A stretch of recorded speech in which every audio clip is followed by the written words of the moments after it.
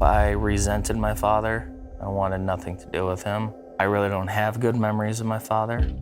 That's because when Brinan Wegener was just a boy, he and his family were verbally and physically abused by his alcoholic father. I hated myself because of that. I felt guilty and responsible for not protecting my mom or sisters. When Brinan was 5, his dad and mom divorced, but the abuse continued. This time, he was molested by several babysitters, including a female relative. It left me feeling empty and broken inside. I was told it was my fault and threatened that if I said something would happen to me or my family. Brinan married, and later he and his wife had 2 sons, but now he was turning into the person that hurt him the most. There was a lot of physical and verbal abuse on both ends.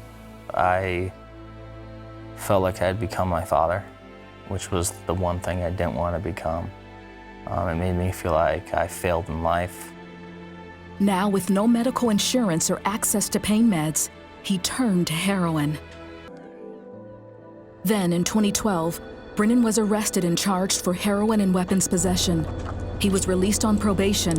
At this time, Brinan thought the only way to find peace was to take his life. The pain that led me to want to kill myself was having no self-worth, no purpose, and having absolutely no identity or reason to live. He would survive 2 suicide attempts in the coming year. Brinan hanged himself with a belt. He says it was then God came to him in a vision. I teleported to a beach, hot sand, and it felt like somebody took a hot jar of honey and just poured it on the top of my head. It went throughout my body, into my fingers and toes.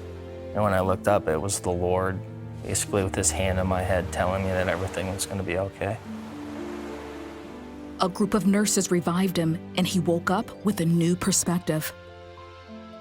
What changed in my heart about God is that he was real, and that there was something out there bigger than myself, and that I had a chance.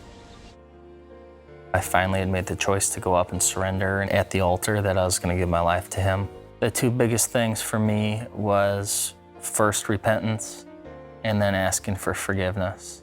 I was addicted to drugs and alcohol for almost 15 years, and it felt like God just had taken that all away.